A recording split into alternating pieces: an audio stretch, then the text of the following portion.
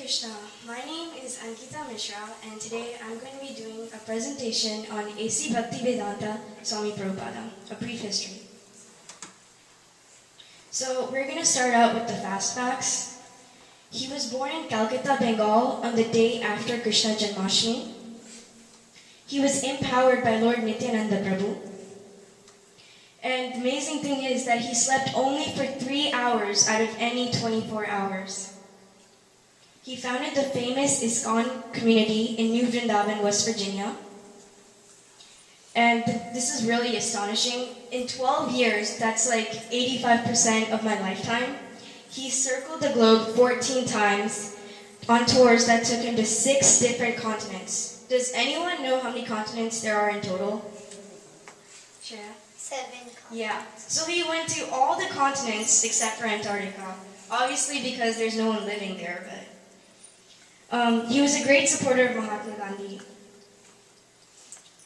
So Prabhupada's dad, granddad, they were all really rich and successful business owners. So naturally, Prabhupada decided to go into business as well. But every single effort he made in business completely failed and shattered. It was a complete loss. Soon, he decided to leave the material path and he went onto the spiritual path. But his family, his wife, they didn't want to follow him, so he had to leave them. After that, he had pretty much nothing left, and he started giving lectures. And one day, he was giving a lecture, and someone came in and said, "Prabhupada, the only shop you had left in Delhi is completely shattered and ruined." Now, if someone were to tell you this, you'd obviously not be happy. But Prabhupada, he was so happy. He only had Krishna left in his life now. No attachments to samsara whatsoever. Then he went to a trip to the USA.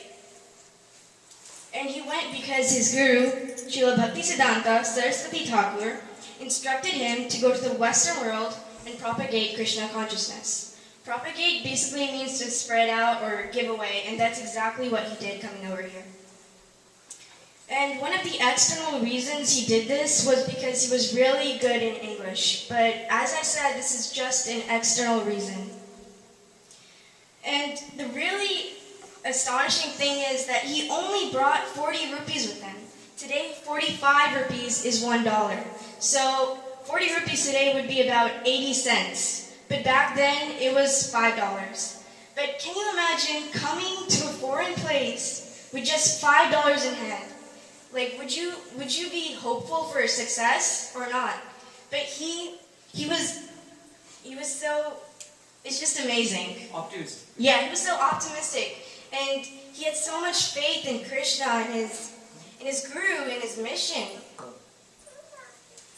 And he came through the support of Srimati Morai, and she gave him a free ticket on her transporting ship, the Jaladuta. And he was the sole passenger of the cargo ship. And a cargo ship transports goods, not people. So he was taking a really big risk going on this ship, considering his age. And only one person came to bid him goodbye. And this is a quote from that same person that bid him goodbye. His name was Mr. Shirshir Bhattacharya. When he left Calcutta Harbor for New York, there was no one on the shore to bid him goodbye. I was not a disciple of his. I was a disciple of somebody else. But due to shared love, I had very much respect for him.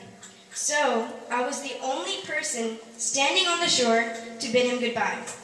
No one was with me. I could not know that it was such an important thing. As I said, he was on a cargo ship, and considering his age, he was really, really sick all the time. And on the second night, he had a dream. Lord Krishna, in his many forms, was rowing a boat, telling him he should not fear, but should come to the other side.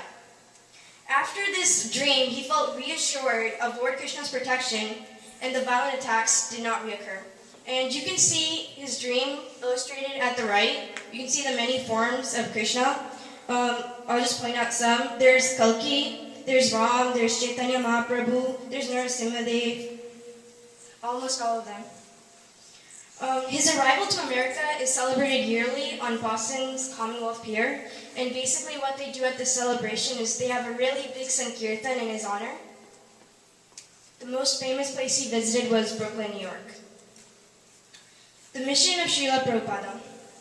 His mission was to serve Lord Krishna, to spread Krishna consciousness in the entire world, to take Chaitanya Mahaprabhu's mission into every town and village, and to have Lord Krishna's name sung in every town and country. And this mission, you can understand it through this sloka, and if you guys will sing with me, that would be nice. Nama Sankirtanam Yasya Sarva Pranasanam Pranamo Dukha Samanas Tam Namami Harim Param. Congregational chanting of Lord's name destroys all sins.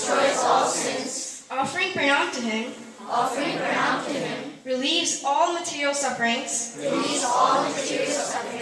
I offer my pranams, to that Lord Hari.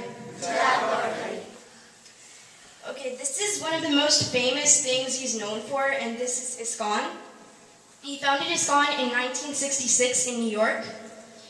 And when he was going to register the name for ISKCON, the lawyer suggested that, hey, Prabhupada, why don't you change the name of ISKCON to International Society of God Consciousness instead of International Society of Krishna Consciousness? Now, Prabhupada was completely outraged. He said, why should I change it when Krishna is the Supreme God and the Supreme Godhead? Now, this may not seem that important, but you have to see the determination, the persuasiveness he had to change people and to the way that he thought. Today, ISKCON is run by the Governing Body Commission, or the GBC, and within a decade, it became a worldwide confederation of almost 100 ashrams, schools, temples, institutes, and farm communities. His biggest impacts. Every town and country knows who Chaitanya Mahaprabhu is. Oxford actually has a center for Hindu studies where Krishna consciousness is a main curriculum. So you could go to Oxford University and actually learn about Krishna consciousness. Bhakti Yoga was brought to this country first by him only. He was the cause for the Bhagavad Gita to become the second largest distributing book in the entire world. The first is obviously the Bible, but it's really amazing that the Bhagavad Gita is the second. And the credit for this goes to great Vaishnavas and devotees of Krishna like Prabhupada. They distributed the books to every nook and corner of the world.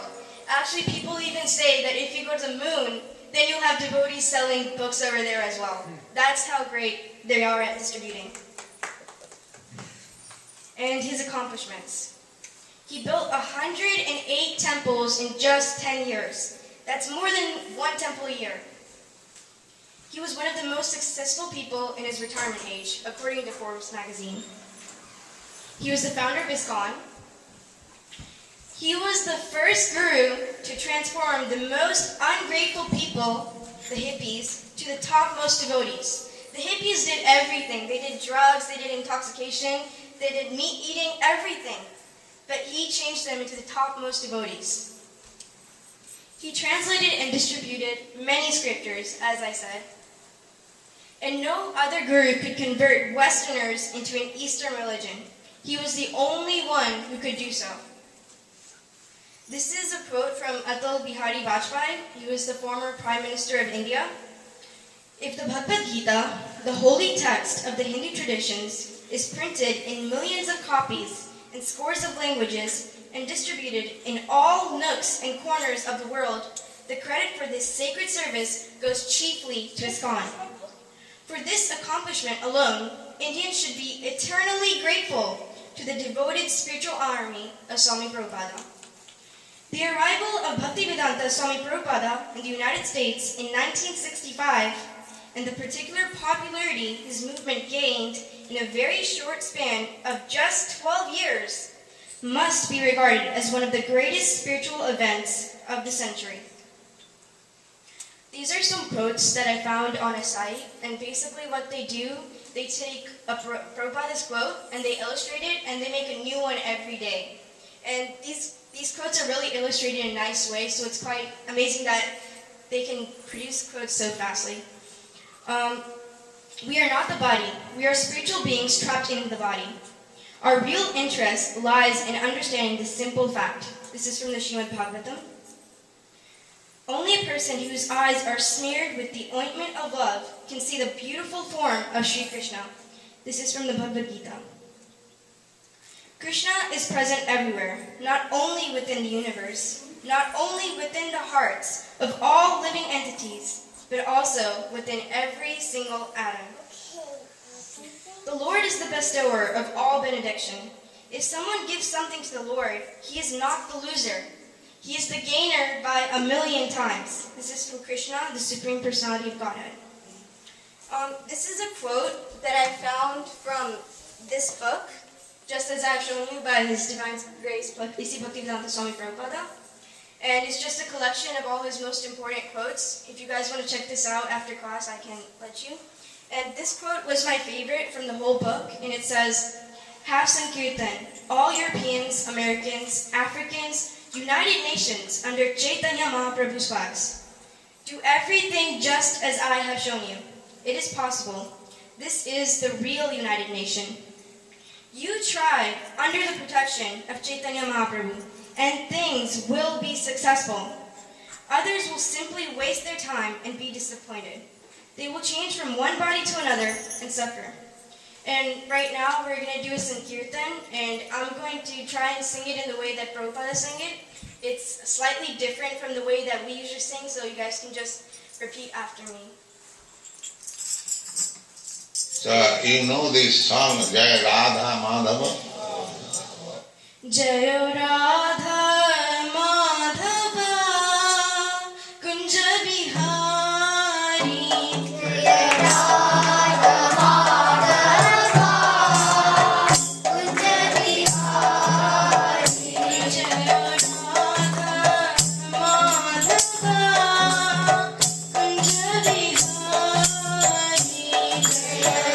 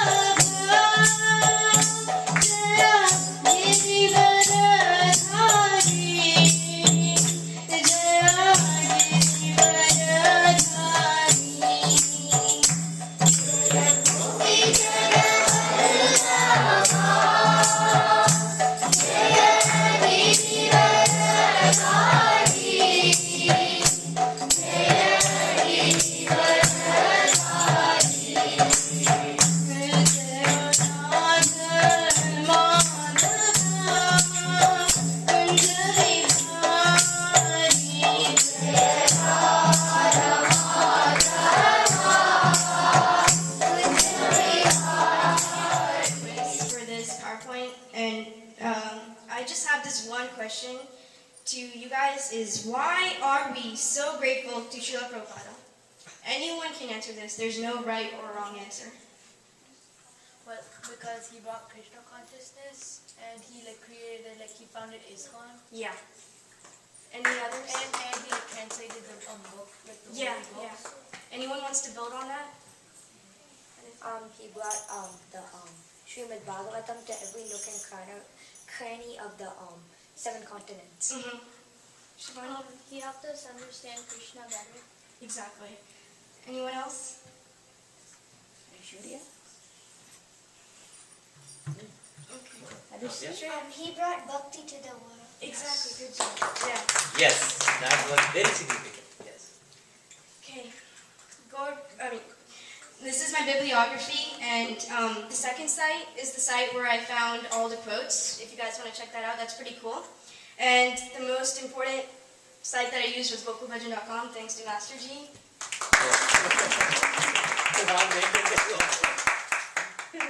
And that's it. Gaur Pramanandi.